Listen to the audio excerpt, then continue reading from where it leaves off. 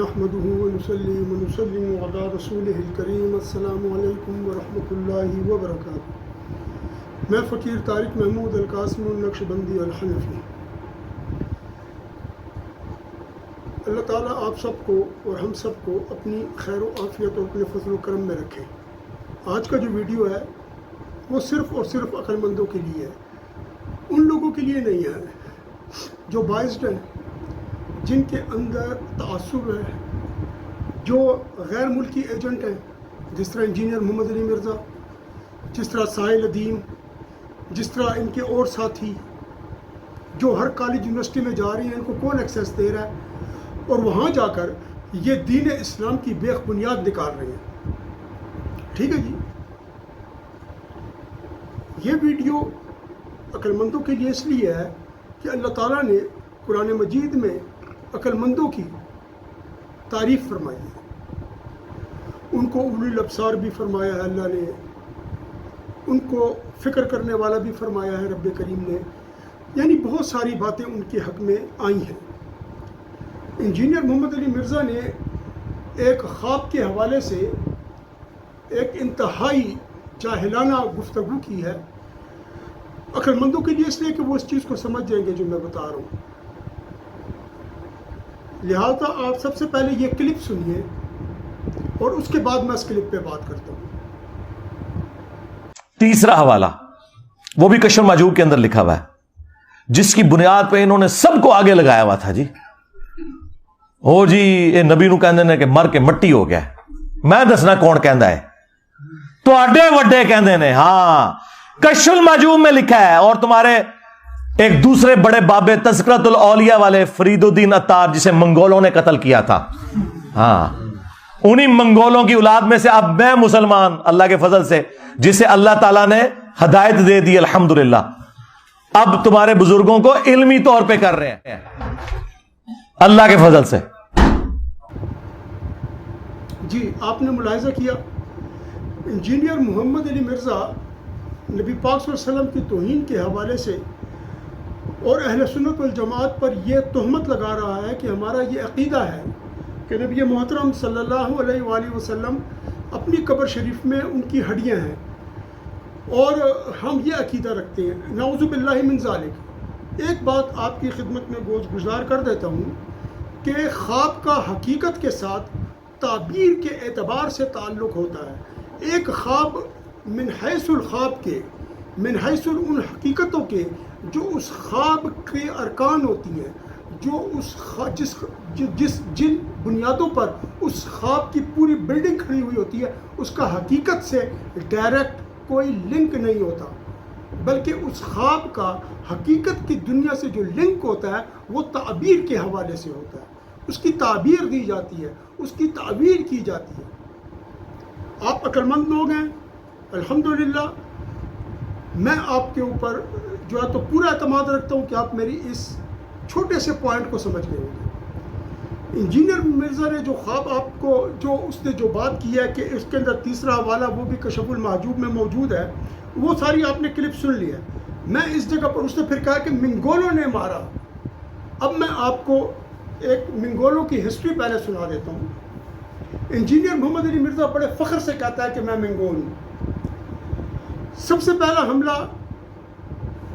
سلطنت دہلی میں جو علاء الدین خلجی کی گورنمنٹ تھی، اس سے پہلے جلال الدین خلجی تھے، حملہ کیا گیا، اور انہوں نے جب حملہ کیا تو یہ جو ہمارے علاء الدین خلجی صاحب ہیں، ان کے ایک سپہ سالار نے یا ان کے ایک جرنیل نے رات کے وقت میں حملہ کیا منگولوں پر، اور منگول جو ہے نا انہوں نے اس کو گھیر لیا اور اس کو مار دیا، شہید کر دیا سب کو۔ لیکن علاء الدین خلجی نے جو کمال کا کام کیا تھا وہ یہ تھا کہ وہ تو آگے آ گئے تھے، علاء الدین خلجی نے پیچھے سے ان کو بند کر دیا تھا، ان کے راستے روک لیے تھے۔ ایک رات کو انہوں نے فیصلہ کیا اور اپنے فوجوں کو اٹھایا اور ایسے تاریکی میں اس طریقے سے بھاگے کہ انجینئر محمد علی مرزا کی نسل بزدلی کا ایک بہت بڑا تانا انجینئر کے لیے چھوڑ کے بھاگ گئی۔ یہ پہلی شکست تھی ان کی جو 1299 عیسوی میں ہوئی، یہ پہلا حملہ تھا ان کا۔ جس پر انجینئر کہتے ہیں منگولوں نے کاٹ دیا. اب میں بتاتا ہوں منگولوں کو تو ہم نے کس طرح کاٹا. اہل سنت والجماعت نے منگولوں کے ساتھ کیا کیا؟ جو یا محمد یا رسول اللہ کا نعرہ لگوانے ہم اہل سنت والجماعت، صرف ایک لوگ ایگزسٹ کرتے تھے اور وہ تھے ہم اہل سنت والجماعت. اب منگولوں نے ایک اور حملہ کیا جو 20 دسمبر 1305 کو ہوا. جب 1305 کو یہ حملہ ہوا، یہ وسط ایشیائی جو منگولوں کی سلطنت تھی اس کی افواج جو ہیں وہ دہلی کی افواج کے اوپر حملہ آور ہوئی. علاؤ الدین خلجی نے منگولوں کو امروہہ جو اتر پردیش کا ایک شہر ہے وہاں پر بدترین شکست دی. اس میں 20,000 منگول قتل کر دیے گئے. انجینئر محمد علی مرزا کے دادے پردادے ہم اہل سنت والجماعت نے قتل کر دیے. کیا کر دیا جی؟ ہم اہل سنت والجماعت نے یا رسول اللہ یا محمد کہنے والوں نے قتل کر دیے ہم اہل سنت والجماعت کے. اور ہم نے منگولیوں کی گول گول ٹانگیں، گول گول ناکیں سب کاٹ کے رکھ دی تھی. 9,000 اس کے اندر کیا ہوئے جی؟ 9,000 اس میں غلام بنائے گئے. غلام ہم نے انہیں غلام بنایا اہل سنت والجماعت نے. اس منگولی کے آباء و اجداد کو. اس کے بعد ان میں سے کچھ کو قتل کر دیا ہم نے کیونکہ مردود کافر تھے. ہم نے حضرت فرید الدین عطار رحمۃ اللہ تعالی علیہ کا بدلہ لے لیا. انجینئر محمد علی مرزا، ہم نے ایک فرید الدین عطار رحمۃ اللہ تعالی علیہ کا بدلہ تیرے لاکھوں منگولی مار کر لیے. تیرے دادے پردادے ہم نے ان کا بدلہ مار کر لیا. پھر اور باقیوں کو بیچ دیا گیا، غلام بنایا گیا. انجینئر محمد علی مرزا انہی غلاموں کی نسل سے ہے جو آج کہتا ہے میں منگولی اور اپنے اس کے اوپر بڑا فخر کرتا ہے. اس کو وہ حدیث معلوم ہے جو نبی علیہ السلام نے فرمایا تھا کہ جو اپنے جاہلیت کے نسب پر فخر کرے تو وہ کیا کرے. وہ انجینئر کو پتہ ہے، یہ آپ کو بتا دے گا آ کر. پھر وہ شکست کھا کے بھاگ گئے. 1 سال کے بعد 1306 عیسوی میں منگولی پھر اپنی گردنیں کٹوانے کے لیے ہمارے پاس ہندوستان میں آئے. علاؤ الدین خلجی اس نے بڑا یوں کر کے کیا ہے نا. اب میں بار بار کروں گا کیونکہ اس نے تو ایک فرید الدین عطار کو جو جہاد کرتے ہوئے شہید ہوئے تھے. فرید الدین عطار کوئی گھر میں بیٹھ کے انجینئر کی طرح روٹیاں نہیں پکا رہے تھے بلکہ وہ جہاد کرتے ہوئے شہید ہوئے تھے. اور انجینئر کے سارے بزرگ گرفتار ہوئے تھے. ہم نے ان کو پکڑ کے رگڑا تھا اہل سنت والجماعت یا رسول اللہ یا محمد کہنے والوں نے. ہم تھے صرف اور کوئی نہیں تھا. یہ 1305 عیسوی کا ذکر ہے. اچھا پھر انہوں نے حملہ کیا 1306 میں. اب جو حملہ کیا تو منگول سیدھے 1305 کی شکست کا بدلہ لینے کے لیے پنجاب پر حملہ آور ہوئے. یہ جنگ دریائے راوی کے کنارے لڑی گئی جس میں دسیوں ہزاروں لوگوں کو مار دیا گیا اور اس میں جو گرفتار ہوئے ان کو دہلی لایا گیا، غلام بنایا گیا، کچھ کو قتل کر دیا گیا اور باقی بھاگ گئے. جس طرح انجینئر محمد علی مرزا نبی پاک صلی اللہ علیہ وسلم کی توہین کرنے کے پرچے میں عدالت سے بھاگا تھا، جس طرح اس کے آباء و اجداد ہم اہل سنت والجماعت سے بھاگے، آج انجینئر محمد علی مرزا بھی اسی طرح جہنم کی عدالت سے بھاگا تھا. الحمدللہ ہم نے حضرت فرید الدین عطار رحمۃ اللہ تعالی علیہ کثیرا اللہ تعالیٰ ان سے راضی ہو اور ان کے ادب اور احترام کرنے پر اور ان کی طرف سے جواب دینے پر اللہ تعالیٰ ہم سے بھی راضی ہو اور نبی علیہ السلام کی روح پاک بھی ہم سے راضی ہو اور نبی علیہ السلام بھی ہم سے راضی ہو کہ اللہ کے ولی کے ساتھ جو دشمنی رکھتا ہے اللہ اس کے ساتھ اعلان جنگ کرتا ہے اور اللہ کے ولی فرید الدین عطار کے ساتھ ہم محبت رکھتے ہیں رحمۃ اللہ تعالیٰ علیہ. اللہ تعالیٰ بھی ہم سے محبت رکھے گا. آج اللہ تعالیٰ تمام اولیاء سے محبت رکھنے والوں کے حق میں اپنا فضل و کرم فرمائے اور ہمیں اپنی رحمت کی چادر میں چھپا لے. تو انجینئر محمد علی مرزا ایک حضرت فرید الدین عطار اللہ کے ولی کا بدلہ ہم نے تیرے لاکھوں منگولیوں کو قتل کر کے لیا ہے. اب آپ اس کا دوسرا کلپ سنیں. ایک کلپ کا جواب میں نے دے دیا، اب آپ دوسرا کلپ ملاحظہ فرمائیں، پھر میں آپ کو بتاتا ہوں۔ اچھا، وہ فرید الدین عطار جو ہے اس نے بھی نقل کیا، اور کشف المحجوب میں بھی ہے کہ امام حنیفہ رحمۃ اللہ علیہ نے ایک دفعہ خواب دیکھی کہ وہ رسول اللہ کی قبر مبارک میں اتر کر آپ کی ہڈیاں جمع کر رہے ہیں۔ ہاں جی، اور شرم آئی کشف المحجوب کے ترجمے والے کو نا، اس نے پتہ کیا لکھا؟ استخوان مبارک جمع کر رہے ہیں۔ کڈی شستہ اردو۔ استخوان وہ استخوانی نظام آپ نے پڑھا تھا نا، ڈھانچہ، لیکن تذکرۃ الاولیاء کے ترجمے انہوں نے بالکل لکھا ہڈیاں جمع کر رہے ہیں اور ایک کو دوسرے سے الگ کر رہے ہیں۔ استغفر اللہ۔ گھبرا کے اٹھے اور اپنے دوست ابن سیرین کے پاس گئے۔ یہ امام حنیفہ پہ بھی جھوٹ ہے، ابن سیرین پہ بھی جھوٹ ہے، انہوں نے اپنے بابوں کو اونچا کرنے کے لیے جھوٹے خواب منسوب کر دیے۔ تو انہوں نے کہا اس میں بڑی تسلی تھی کہ آپ نبی علیہ السلام کی سنتیں جمع کریں گے۔ نبی کی سنتیں جمع کرنے کے لیے ان کی قبر مبارک میں ہڈیاں جمع کرنی ہیں؟ نعوذ باللہ۔ یہ کس بدبخت کا عقیدہ ہے کہ رسول اللہ کی قبر مبارک میں ہڈیاں؟ اور کوئی جھوٹا خواب گھڑنا تھا مجھ سے سیکھ لیتے ہیں، میں تو اڑے تو وڈا بریلوی رہا۔ کہتے کہ خواب میں دیکھا ہے کہ وہ نبی علیہ السلام کے برتن سمیٹ رہے ہیں، آپ کی چادر مبارک سمیٹ رہے ہیں، آپ کی لاٹھی سمیٹ رہے ہیں۔ یہ بات کرتے تم نے کہا قبر میں اتر کر ہڈیاں سمیٹ رہے ہیں، ایک کو ایک سے الگ کر رہے ہیں۔ لعنت اللہ علی الکاذبین، جھوٹوں پہ اللہ کی لعنت۔ جی آپ نے سن لیا۔ اب کہتے ہیں کشف المحجوب میں ایک خواب بیان ہوا ہے ابو حنیفہ رحمۃ اللہ تعالیٰ علیہ۔ میں ایک خواب آپ کی خدمت میں پیش کرتا ہوں، اس کے بعد آپ نے وہ سن لیا جو اس نے کہا ہے۔ میں وہ خواب آپ کی خدمت میں پیش کرتا ہوں، پھر میں اس کا آپ کو حدیث سے جواب دیتا ہوں۔ آپ عقل مند لوگ ہیں، اہل سنت والجماعت تمام کے تمام، اور جتنے لوگ بھی ہیں، میں آپ سب کو اپنا بھائی اور بہن اور بیٹا اور بیٹی سمجھتا ہوں۔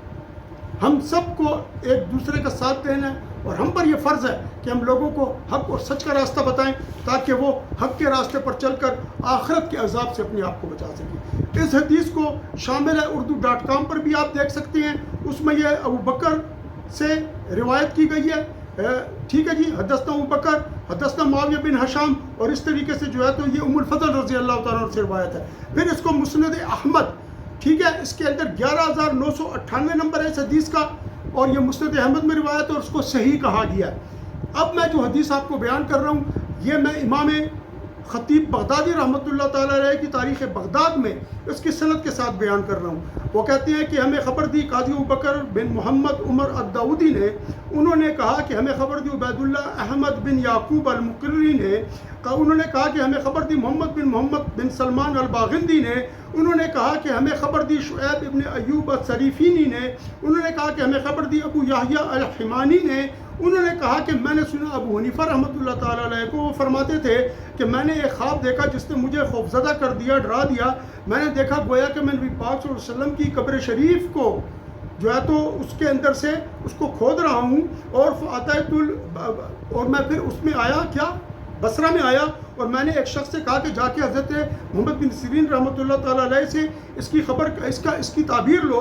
تو انہوں نے کہا کہ یہ شخص جو نبی علیہ السلام کی قبر شریف کو کھود رہا ہے، یہ نبی علیہ السلام کے اخبار، ان کی احادیث کی تلاش کرے گا اور ان کو غلط کو صحیح سے، صحیح کو غلط سے جدا کرے گا۔ یہ خواب ہے جس پر انجینئر محمد علی مرزا نے کیا کیا بکواسیات کی کہ جی یہ تو بڑا کفر کی بات کر دی، اور یہ عقیدہ کہاں سے آ گیا؟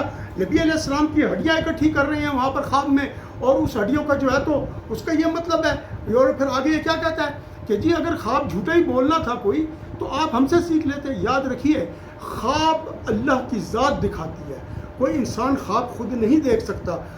خواب جب اللہ کی ذات دکھا رہی ہے تو وہ اپنی مرضی کے مطابق، اپنی منشا کے مطابق، اور جو ان کا علم ہے اس کے مطابق دکھائے گی، تاکہ جن لوگوں کو انہوں نے تعبیر کا علم دیا وہ اس کی تعبیر دے سکیں۔ ایسا نہیں ہوتا کہ خواب بعین ہی اپنے ارکان اور اپنی بنیادوں کے اوپر جس پر وہ استوار ہوا ہے وہ اسی طریقے سے دنیا میں آ جائے۔ ٹھیک ہے، اس کے بعد اس نے کہا کہ یہ کس کا عقیدہ ہے؟ نعوذ باللہ، یہ تو انہی لوگوں کا عقیدہ ہے، یعنی ہم پر الزام لگا رہا ہے۔ ہمارا عقیدہ یہ ہے کہ نبی علیہ السلام اپنی قبر شریف میں دنیاوی حیات کے ساتھ زندہ ہے، اور ان کو رزق دیا جاتا ہے، اور وہ اپنے ہم سب کا سلام سنتے ہیں اور ہمارے سلام کے جواب دیتے ہیں۔ اب اس حدیث میں اس نے کہا کہ ہڈیاں اکٹھی کر رہے ہیں، ہم سے پوچھتے تو میں کہتا کہ کیا کریں جی، لاٹھی اکٹھی کر رہے ہیں، ان کے برتن سمیٹ رہے ہیں، ان کے چادر سمیٹ رہے ہیں. اس کا میں آخر میں آپ کو جواب دوں گا. ابھی میں آپ کو ایک خواب سناتا ہوں، اس خواب کی میں تعبیر کا پھر وہ بیان کرتا ہوں آپ کو. خواب یہ ہے جی حضرت، یہ اس کا خواب ہے عقل مندوں کے لیے، عقل مندوں کے لیے. عقل مند بہت غور سے سنیں، آپ سب عقل مند ہیں، میرا پورا یقین اور بھروسہ ہے آپ پر. حضرت ام فضل رضی اللہ تعالیٰ عنہ بیان کرتی ہے، مشکات شریف باب مناقب اہل البیت صفحہ 572، اور کتاب ہے مشکات المصابیح قدیم کتب خانہ آرام باغ کراچی، وہاں پر یہ پبلش ہوئی ہے. اور یہ فصل ہے اس کی ثالث، تیسری فصل. ام فضل فرماتی ہیں کہ میں نبی پاک صلی اللہ علیہ وسلم کے پاس گئی تو میں نے ان سے جا کر کہا کہ یا رسول اللہ علیہ وسلم، میں نے ایک خواب دیکھا ہے، برا خواب آج کی رات. فرمایا نبی پاک صلی اللہ علیہ وسلم نے وہ کیا خواب ہے؟ فرمایا انہوں نے عرض کی کہ یا رسول اللہ علیہ وسلم کہ میں دیکھتی ہوں، انہوں نے کہا کہ میں دیکھتی ہوں کہ کوئی آپ کے وجود مبارک کا ایک حصہ کاٹا گیا اور وہ میرے سینے پر میری گود میں آ گیا.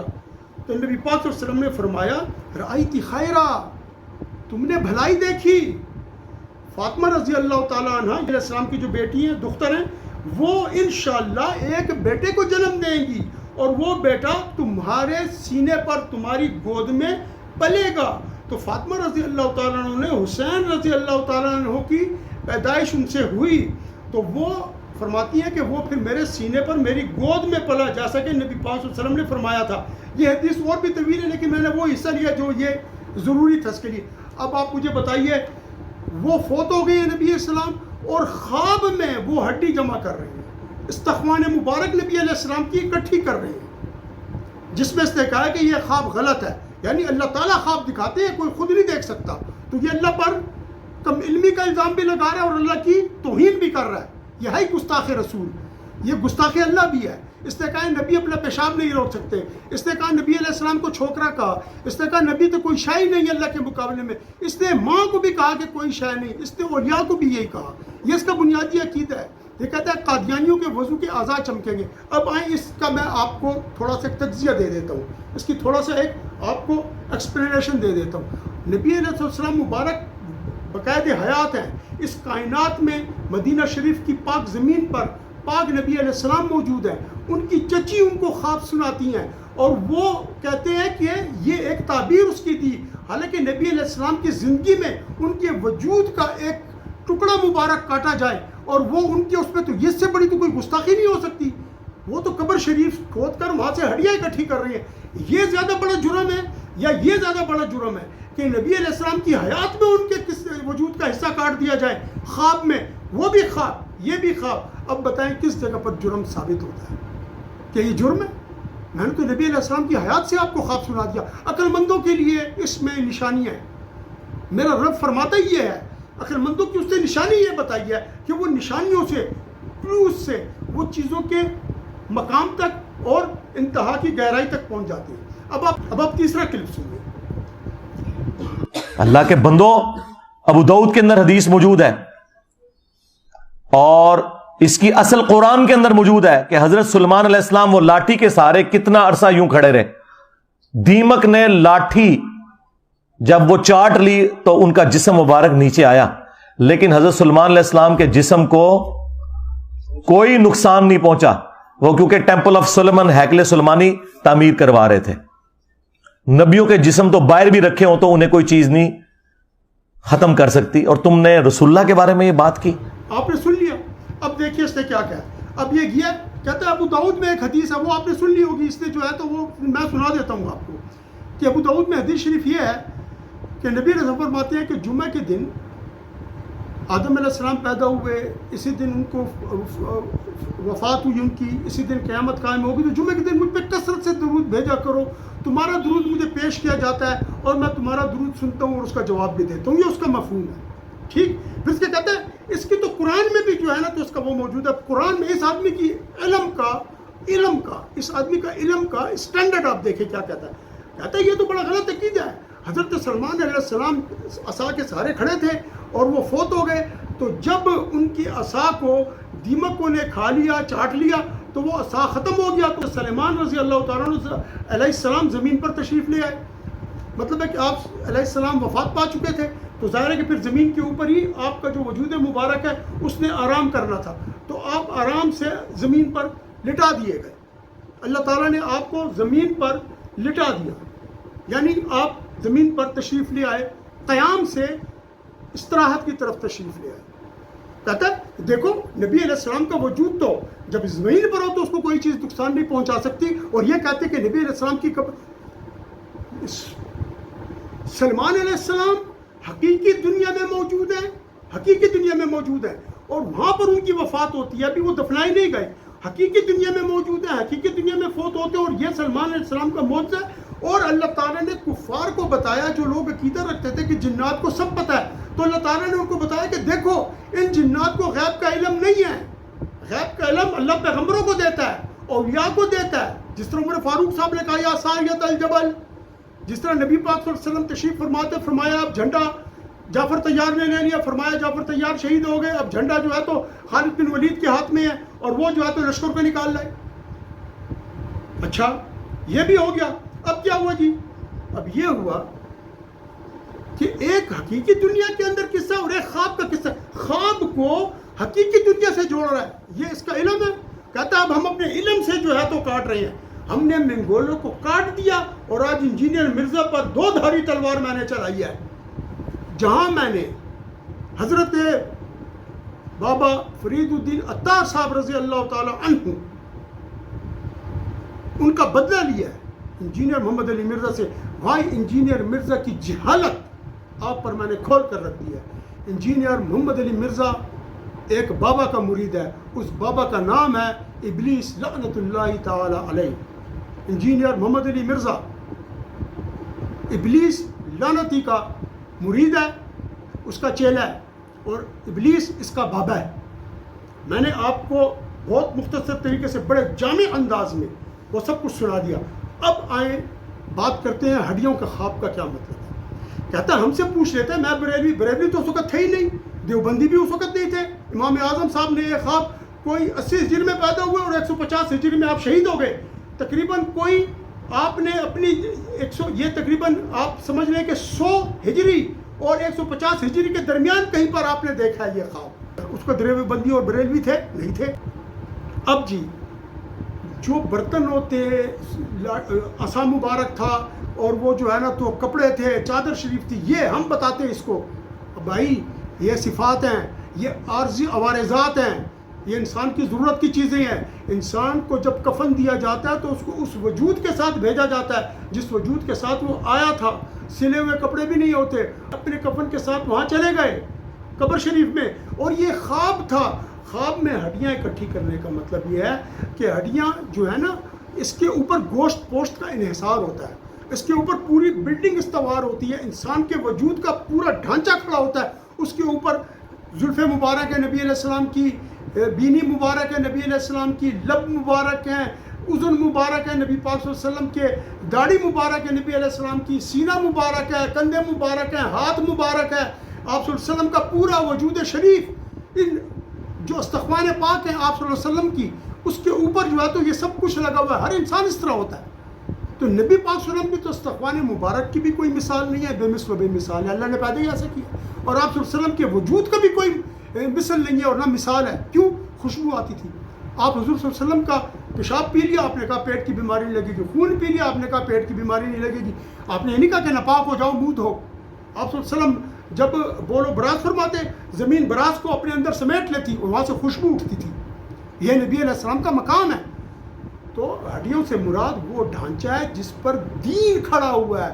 تو ہڈیاں شریف، استخوان شریف سے مراد دین کا ڈھانچہ ہے جس کی تشریح نبی علیہ السلام نے فرمائی، اور نبی علیہ السلام مجسم دین ہے. اس جگہ پر یہ بتایا گیا. اور ہڈیوں سے مراد جو وہ اکٹھی کر رہی ہیں، دین کا جو شیرازہ بکھر رہا تھا، عبداللہ بن سبا آیا، خوارج آئے، اور لوگوں نے بہت زیادہ تباہیاں پھیلائیں. اس طرح انجینئر کے دادے پردادے آئے، انہوں نے بڑی تباہی پھیلائی. تو وہ چیز بتائی گئی کہ جو ہیں یہ اپنا اس چیز کو کیا کریں گے، اس چیز کو یہ مضبوط کریں گے. لہٰذا انہوں نے مضبوط کیا. حضرت امام ابو حنیفہ رحمہ اللہ تعالی علیہ نے ایک اور خواب بھی آپ کو سنا دوں، کشف المحجوب میں اسی طرح ہی لکھا ہوا ہے، 3 اور خواب بھی ہیں لیکن ایک سناتا ہوں۔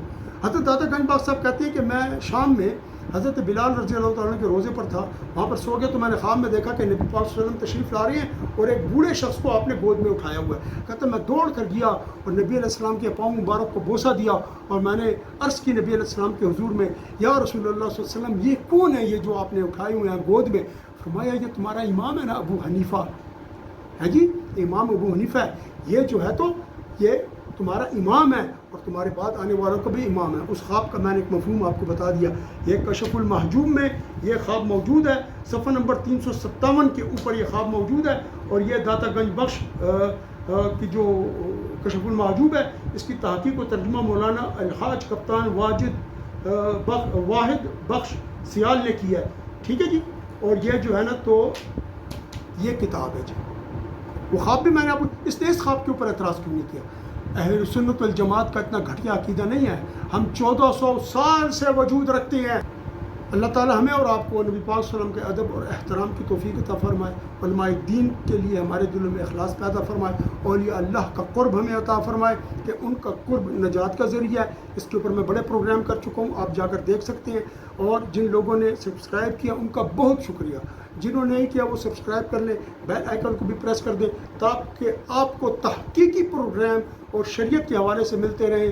اجازت چاہتا ہوں، وآخر دعوانا ان الحمدللہ رب العالمین، صلی اللہ تعالی علی خیر خلقہ ونور عرشہ محمد وعلی آلہ واصحابہ اجمعین برحمتک یا ارحم الراحمین۔